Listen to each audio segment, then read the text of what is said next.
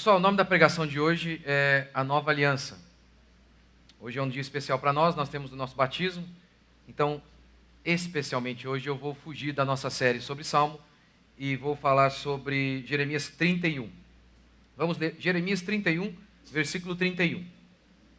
Dias virão, diz o Senhor, em que farei uma nova aliança com a casa de Israel e com a casa de Judá. Ela não será como a aliança que fiz com seus pais, quando os peguei pela mão para tirá-los da terra do Egito. Mesmo sendo eu o Senhor deles, diz o Senhor. Até aí. O contexto aqui dessa história é o seguinte: por conta dos pecados de Israel, Deus havia dito que iria enviar Israel para a Babilônia. De modo que a Babilônia viria e iria violentar as mulheres israelitas, trucidar as crianças, aniquilar os homens. A lavoura seria destruída e o templo arrasado. E diz o texto bíblico que não é que Deus tirou férias nas Bahamas celestiais e isso iria acontecer. Não é que Deus simplesmente permitiu. É mais do que isso. Várias e várias vezes, nós lemos no livro de Jeremias Deus dizendo assim: eu o farei. E de fato, isso aconteceu. Deus aniquilou Israel. A gente sabe também, por dados históricos, que os babilônicos pegavam os israelitas e empalavam. Sabe o que é isso? Pegavam uma vara e, começando no orifício traseiro, penetravam na pessoa e vazavam a pessoa e deixavam a pessoa pendurada para que ela morresse paulatinamente. E o texto diz: eu, o Senhor, fiz isso. Eu, Nabucodonosor, aquele endemoniado, diz o texto bíblico, é meu servo, diz o Senhor. Eu farei isso. Esse é o contexto de Jeremias 31. Em Jeremias 31, Jeremias começa a anunciar que Deus iria trazer Israel de volta. Eu vou trazer vocês. Eu vou restaurar vocês. E vocês vão sorrir mais uma vez. E nesse contexto, Jeremias diz essas palavras que eu acabei de citar para vocês. Que Deus iria fazer nova aliança com o povo de Israel. Mas o povo de Israel, antes disso, deveria se lembrar do que Jeremias disse. Quando disseres contigo mesmo, por que me sobrevieram estas coisas? Então sabe que pela multidão das tuas maldades se levantaram as tuas fraldas e os teus calcanhares sofrem violência. Deus está dizendo, quando tudo de ruim acontecer com vocês e vocês se perguntarem, por quê? Por quê? Por que nossas famílias foram destruídas? Por que nós perdemos tudo que temos? E aí Deus diz, quando vocês forem humilhados, porque a ideia aqui de levantar a fralda era isso, de expor as partes íntimas. Quando vocês forem expostos, vocês forem envergonhados, e vocês perguntarem, por que isso está acontecendo conosco? Lembrem-se, é porque vocês me abandonaram. E o mesmo tem a ver com você que está aqui agora, que se pergunta, por que há dentro de mim um vazio? Por que a infelicidade reina? Porque eu fui por tantos e tantos caminhos e jamais encontrei paz. É porque Agostinho disse bem, tu nos criaste para ti mesmo, ó Deus, e a nossa alma está sem sossego, até que encontre repouso em ti. O que se dava com Israel é o que acontece com a sua alma. Não é falta de dinheiro ou de um casamento melhor, é falta de Deus. É a verdade irrefutável de que você abandonou Deus, ainda que você frequente alguma igreja. Mas você não tem uma fé verdadeira. E por isso você está bem parecido com o povo de Israel. Destruído. Mas mais do que isso, aquela aniquilação, também diz a Bíblia, sempre é um símbolo do juízo final. Aquilo que aconteceu com Israel, a queda de Israel, é sempre na Bíblia um símbolo da queda de todo o mundo. De que um dia o mundo inteiro vai cair. Mas não será Nabucodonosor que vai vir para destruir e aniquilar. A Bíblia diz que Jesus Cristo virá montado em seu cavalo branco para aniquilar todos os homens maus. E quem são os homens maus? A Bíblia diz que os homens maus são aqueles que não creram em Cristo Jesus. E é sobre isso que esse texto trata. Fala dos homens que abandonaram Deus, que caíram de um modo tão profundo, que somente um milagre para que Deus os restaurasse. O mesmo se dá com você. Somente Deus pode restaurar você. Vamos falar então, em primeiro lugar, da nova aliança. Da velha aliança, desculpa. Jeremias diz assim, eu vou fazer nova aliança com vocês. Ora, por dedução lógica então, havia uma velha aliança, havia uma aliança primeira. Qual foi essa primeira aliança que Deus fez com Israel? um dia, Deus convocou Israel por meio de seu representante Moisés, lá no Monte Sinai. Lá no Monte Sinai, Deus entregou a lei, que é resumida em 10 mandamentos. E Deus disse assim: se vocês cumprirem a minha lei, toda a minha lei, vocês serão salvos. Se vocês cumprirem a minha lei, eu abençoarei vocês. E Israel concordou. Israel assinou o pacto. Israel fez uma aliança com Deus. Entretanto, como diz Jeremias, Israel quebrou a lei de Deus. Sistematicamente, constantemente. É o que nós lemos no Antigo Testamento. Israel criou todo tipo de ídolo, o que Deus havia proibido. Não farás para ti imagem de escultura, de nada, nem daquilo que há no céu, nem na terra, nem debaixo da terra. Mas Israel fez. Não apenas fez, como prestou culto. Outro mandamento que foi quebrado.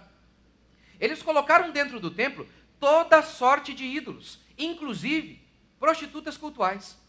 Nas religiões gentílicas, eles acreditavam que por meio do contato íntimo com a pessoa do sexo oposto, eles poderiam se conectar com a divindade.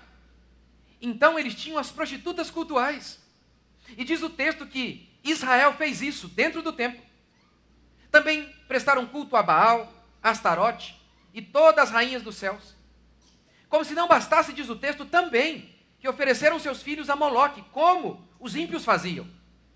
Eles queimaram seus filhos, como um rei em Israel assim o fez. Manassés fez isso. Pegou seu filho, colocou no altar, queimou seu filho vivo, em oferenda aos deuses, em troca de prosperidade, como muitos têm feito, que abortam para não interromper a carreira, que largam seus filhos na mão de terceiros, em nome de mais e mais dinheiro. Fizeram isso também em Israel. O texto bíblico diz que não apenas todo Israel quebrou a lei, mas como os melhores homens em Israel também. Os melhores, o que havia de melhor em Israel, também quebraram a lei. Moisés, por exemplo. Moisés, primeiro, cometeu assassinato. Depois, ele foi chamado pelo próprio Deus de o homem mais manso da terra. Entretanto, Deus disse para ele: você não vai entrar na terra prometida, porque você perdeu a paciência. Um dia, Deus havia dito para ele tocar na rocha para que da rocha brotasse água para satisfazer o povo. Moisés perdeu a paciência e bateu na rocha.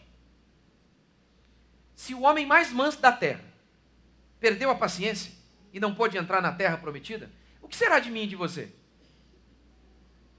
A Bíblia fala também de Abraão. Era o melhor que a gente tinha. Abraão é o pai da fé. Até os muçulmanos o consideram como o pai da fé. Abraão, o pai da fé, foi incrédulo. Deus um dia disse para ele: Abraão, eu vou lhe dar um filho. Ele riu. Outro dia, Abraão estava chegando em uma cidade, sua esposa ao seu lado. Abraão disse para ela: esse povo é meio selvagem, eu estou com medo deles. Diga que você é minha irmã, porque caso esses selvagens que não respeitam coisa alguma queiram dormir com você, pelo menos eu vou saber que você está sendo usada por outro homem, mas eu estou em paz vivo. Esse é o melhor que a gente tinha. É o melhor que a gente tinha. Mas a gente tem outro também. Davi. O próprio Deus diz que Davi era o homem segundo o coração dele. O homem segundo o coração de Deus adulterou, mesmo tendo várias mulheres. E todas muito lindas. Adulterou, mentiu e matou. E matou a sangue frio. Foi calculista, arquitetou. Por dias. Não foi de momento, que não diminuiria a ideia do assassinato. Mas agrava o problema.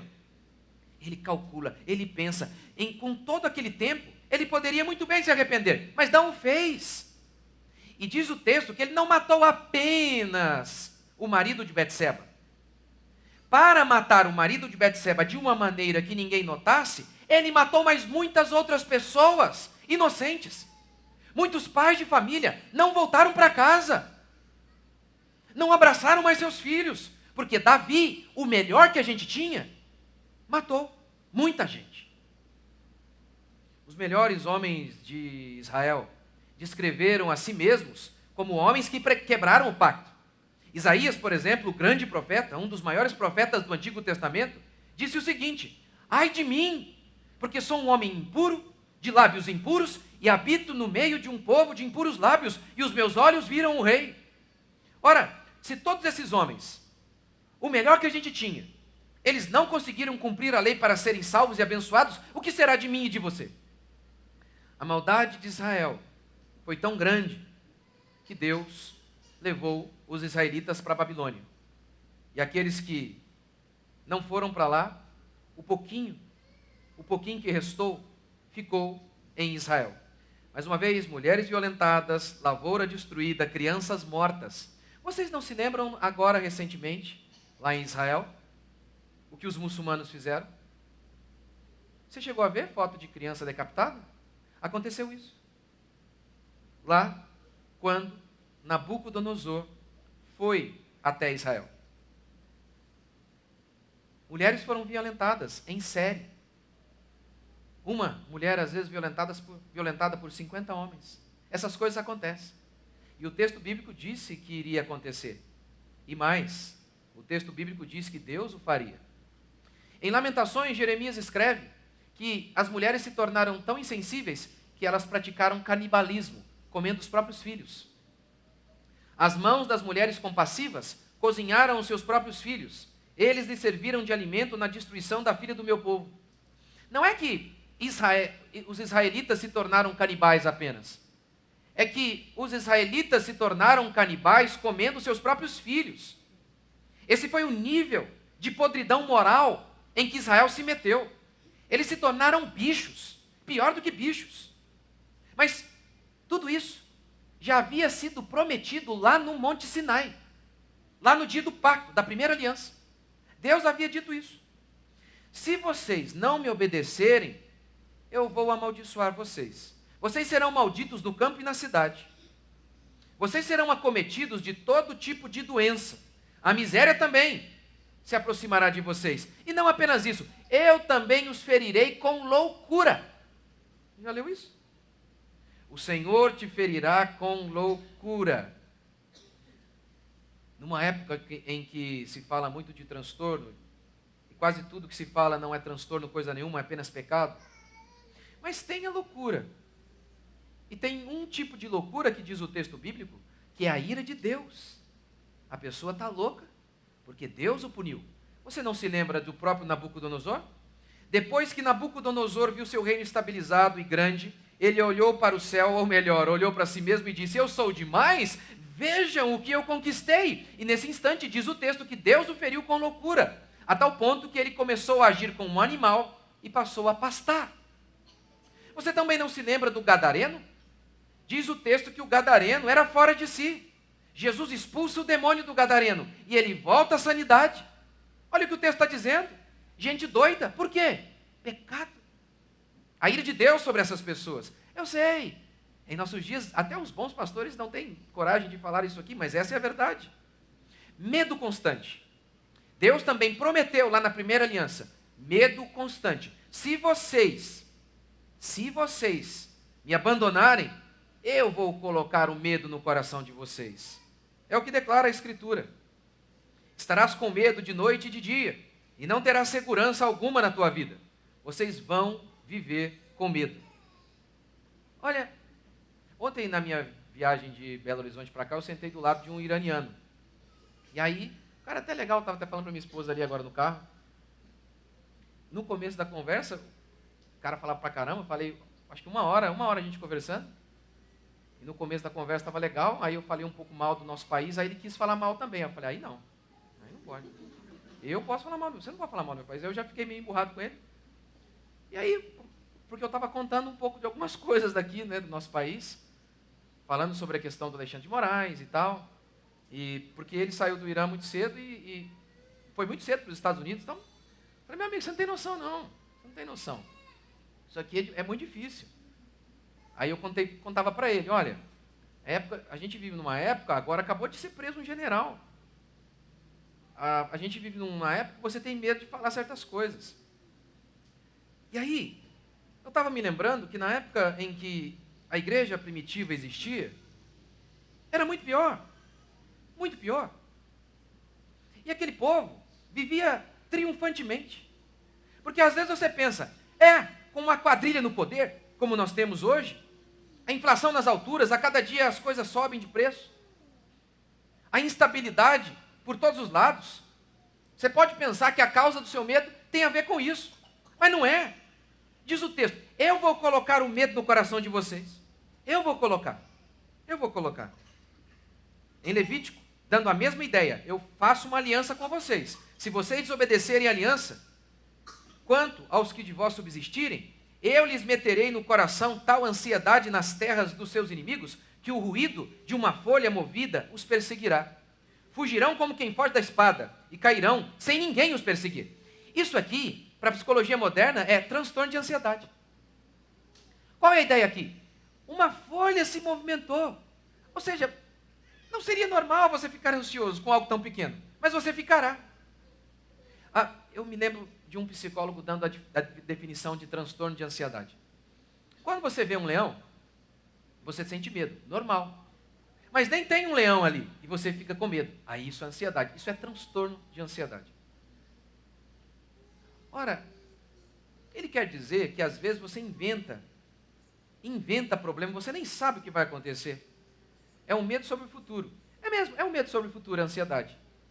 Mas a Bíblia chama de pecado. E nesse caso em específico aqui, a ansiedade nem é pecado apenas. É mais do que isso. A ansiedade é a punição pelos nossos pecados. É Deus dizendo, diante de qualquer coisa mínima que seja, vocês vão ficar apavorados. Vocês vão cair e vocês vão fugir sem ter ninguém correndo atrás de vocês. Vocês vão estar com medo de nada. Não tem motivo para estar com medo, vocês vão estar. Não é isso que os psicólogos descrevem como transtorno de ansiedade?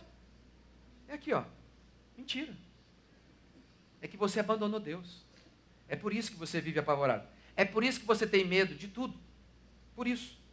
Como se não bastasse, por fim, Deus também prometeu que no dia da aliança, em que eles quebraram a primeira aliança, que Deus os exilaria.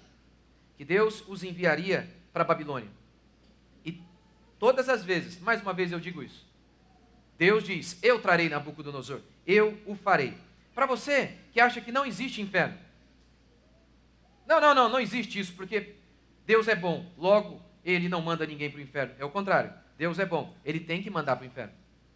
É o contrário, quer ver? O que vocês acham de um juiz que prende uma senhorinha com uma Bíblia na mão no dia 8 de janeiro? Foi isso. E solta traficantes, o que você acha disso?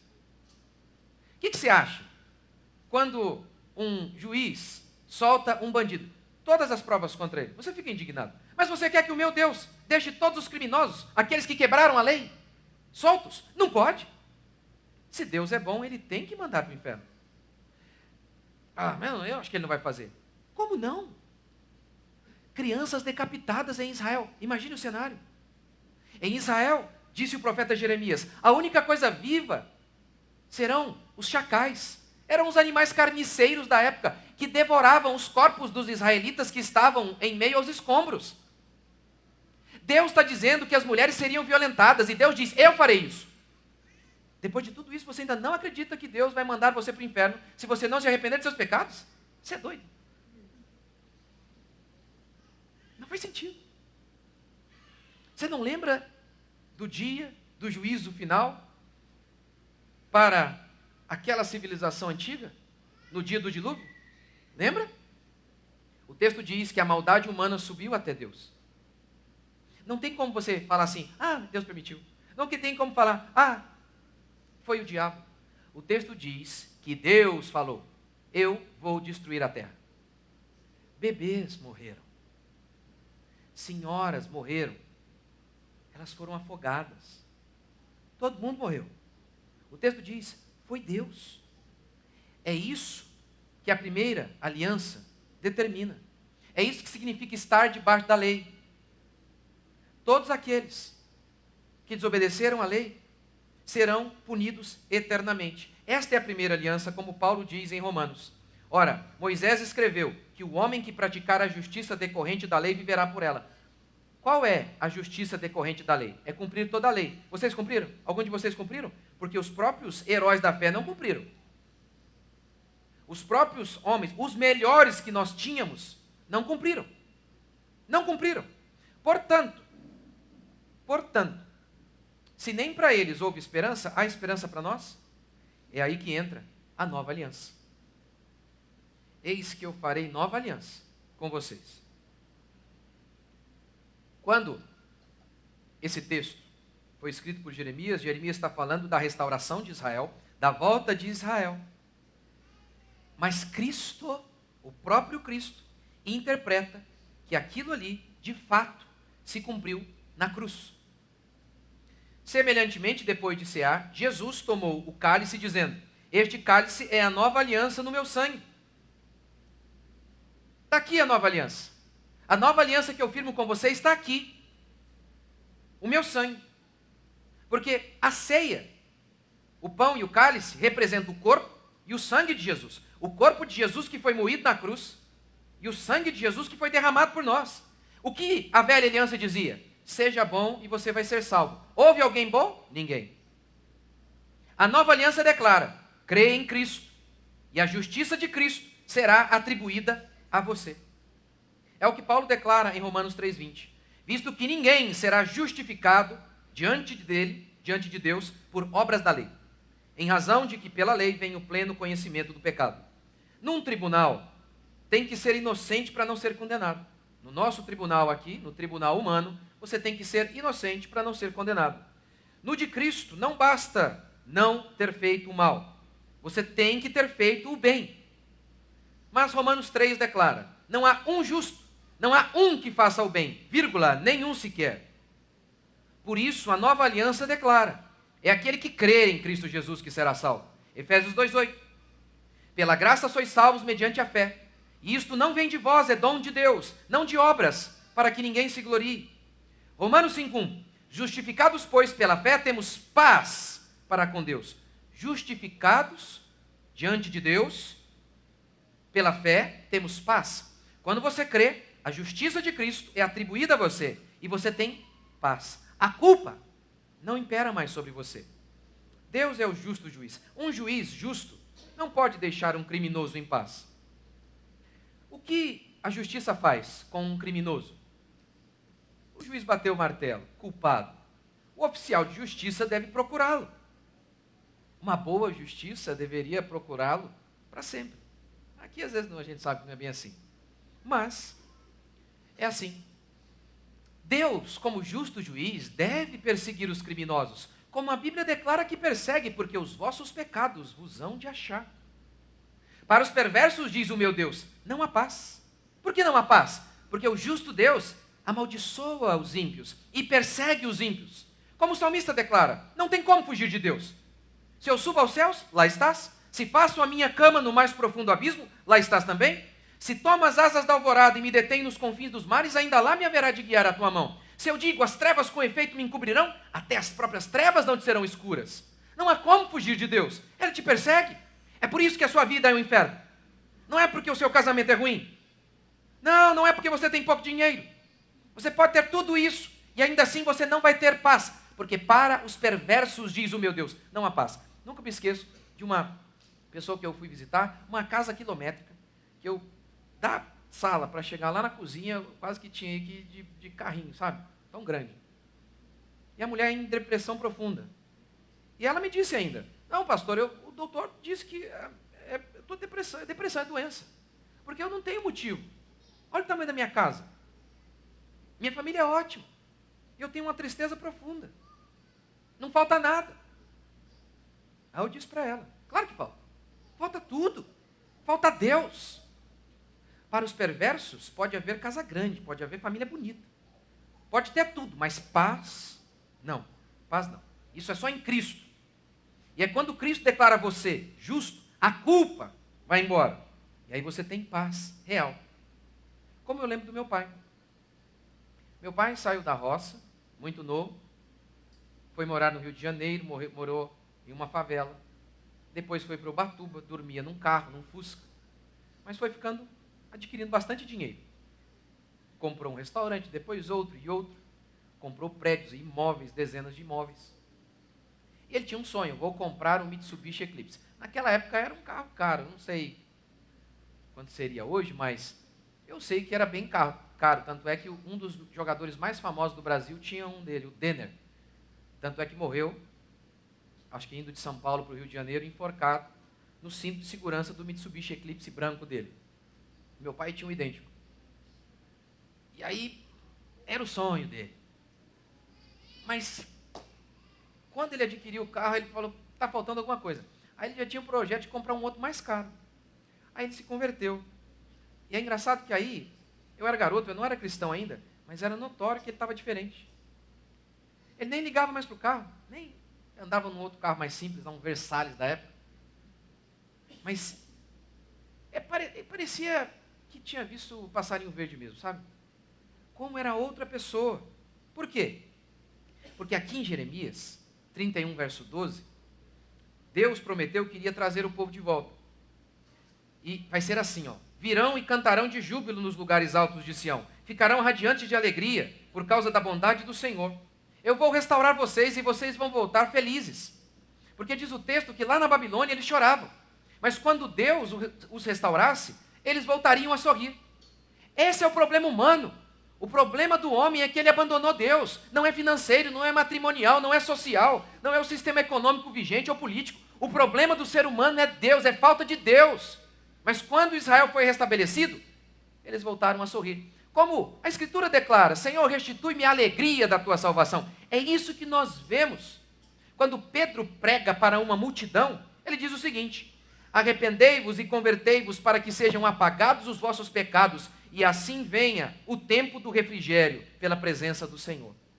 Gálatas 5:22 declara que o fruto do Espírito é amor, alegria, paz, paz. Jesus olha para a mulher samaritana e diz assim, se você voltar aqui para pegar água, você vai ter sede, sempre você terá sede. Mas se você beber de mim, eu serei dentro de você uma fonte inesgotável. Era exatamente isso que eu via na vida do meu pai. Essa fonte inesgotável, que ele havia procurado em tantos lugares, mas sem jamais encontrar.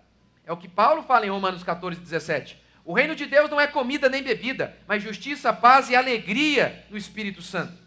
A sua infelicidade não é falta de dinheiro, falta de uma família melhor. É a culpa que pesa sobre você. Você tem carregado o fardo do pecado e somente Cristo Jesus pode arrancá-lo, no instante em que você crê nele. Mas além disso, o profeta Jeremias, sendo boca de Deus, diz assim, nessa nova aliança, eu, Deus, vou imprimir as minhas leis no seu coração.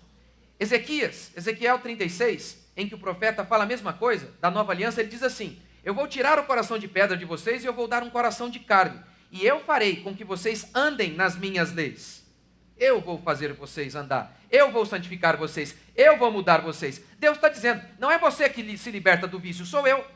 Não é você que deixa de ser essa pessoa mimizenta e rabugenta, sou eu que vou mudar você. Não é você que vai por si só aprender a perdoar, sou eu que vou capacitar você, sou eu que vou fazer você andar no caminho, é o meu Espírito dentro de você. Sabe que para o mar vermelho se abrir foi um milagre? Para que o seu coração se abra também.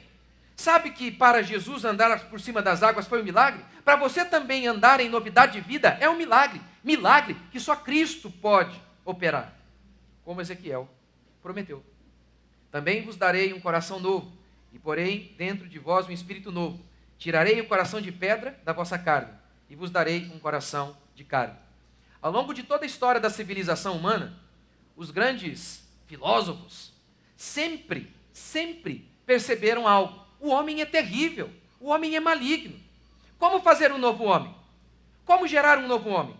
E todos os grandes filósofos, eles se propuseram a dar uma solução para isso. Todos eles. Por exemplo, Watson. Watson era um psicólogo. E psicologia é filosofia.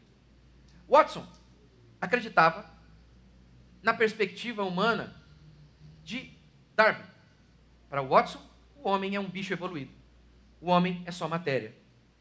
É uma tábua, rasa, lisa, sem nada escrito, neutro. Watson acreditava que com os estímulos corretos, qualquer indivíduo poderia ser transformado. A frase célebre de Watson era, dê-me uma criança e eu farei dela um mendigo ou um médico. Segundo ele, com as técnicas corretas, ele poderia produzir um novo homem. Era o que Watson acreditava. Eu posso produzir virtude se eu quiser. Sabe o mais interessante? o próprio Watson não conseguiu fazer nem aquilo que ele prometeu com os outros, com ele mesmo. Porque o Watson foi expulso de sua faculdade porque teve um caso com uma moça. Hitler, Stalin também se propuseram a gerar um novo homem. Todos esses movimentos totalitários do século passado se propuseram a gerar um novo homem. Eles estavam insatisfeitos com o homem do jeito que ele era, e eles se propuseram a gerar um novo homem. No livro O Diabo na História, o autor compara o fascismo, o nazismo e o socialismo. E ele compara as suas diferenças, mas ele também fala sobre suas semelhanças. E uma semelhança, algo presente em todos esses regimes totalitários, todos eles se propuseram a gerar um novo homem. Hitler, por exemplo, ele acreditava que ele, o seu povo, era descendente dos arianos. Nós somos uma nação, uma raça eleita, separada e diferente de todos. Crendo como Darwin, crendo a partir de Darwin, ele propôs a eugenia. Olha, vamos gerar um novo homem ao aniquilar os menos adaptados. Para ele, os judeus não eram uma raça boa. Ele enviou para a morte 6 milhões de judeus, tudo em nome de produzir um novo homem. Não deu. Stalin e todos os comunistas também. Marx acreditava que se o sistema econômico vigente, capitalista, fosse transformado pelo comunismo, se a propriedade privada fosse aniquilada, um novo homem surgiria. Os comunistas chegaram a dizer que em uma sociedade comunista avançada, o homem médio seria um Shakespeare. Deu certo? O resultado do comunismo, de todo esse projeto de novo homem, mais de 100 milhões de pessoas morreram. No Camboja, quando o comunismo foi instalado, logo em seguida, eles começaram a desenvolver um hábito estranho, comer insetos. Por quê? Porque não tinha comida. Nada de Shakespeare. O que a gente tem agora é um homem barata, comendo inseto. Na Coreia do Norte, quando o socialismo, o comunismo foi implantado, não houve nada de Shakespeare. Lá, eles praticaram canibalismo. Nada de Shakespeare. O que nós tivemos lá foi animais. Foram animais. Eles se tornaram bichos. Bichos. Porque o único que pode mudar a sua história é Deus. Nenhuma ideologia pode fazer. Nenhum regime político pode fazer. Voltaire e todos aqueles homens do iluminismo se propuseram a mudar o homem por meio da educação. Rousseau escreveu um livro chamado Emily, em que ele rejeitava a proposta cristã de que o homem nasce mal. E ele então propôs uma nova ideia sobre educação. As ideias desse homem pariram a Revolução Francesa com a queda da Bastilha em 1789. Conto para vocês o resultado. A Revolução Francesa matou mais gente em um ano do que a Inquisição Espanhola em 200 anos. Todos esses homens que se propuseram a mudar a história humana não conseguiram, eles aniquilaram os homens. Só houve um capaz de mudar a história humana, Jesus Cristo, dizendo o seguinte por meio de seu servo Paulo: e assim, se alguém está em Cristo, é nova criatura, as velhas coisas se passaram, eis que tudo se fez novo. É isso que acontece na vida desses que vão se batizar aqui hoje. Não interessa quão fundo vocês tenham ido no pecado. Não interessa, como diz a Escritura, ainda que os seus pecados sejam sujos, vermelhos como a escarlata, eu os tornarei brancos. Essa é a promessa do Evangelho. Cristo, o Rei, o Juiz de todo o universo, Ele está dizendo.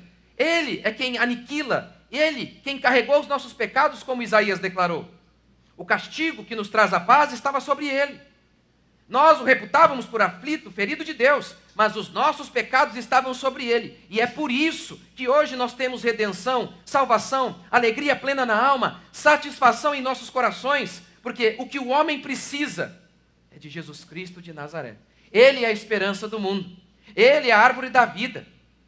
Ele é a raiz de Jessé. Ele é o Messias prometido. Ele é aquele que todo homem anseia pela salvação em seu coração. Ele é o único que pode mudar a sua história. Ele é o único que pode perdoar os seus pecados. Ele é o único que pode preencher o seu coração. Jesus Cristo de Nazaré. E estes que vão se batizar hoje, é isso que eles vão dizer. Eu creio nele. Ele é a salvação. Ele é o meu Deus. Ele é aquele que veio salvar os perdidos, dos quais eu sou o principal. Vocês creem? Vamos ficar de pé?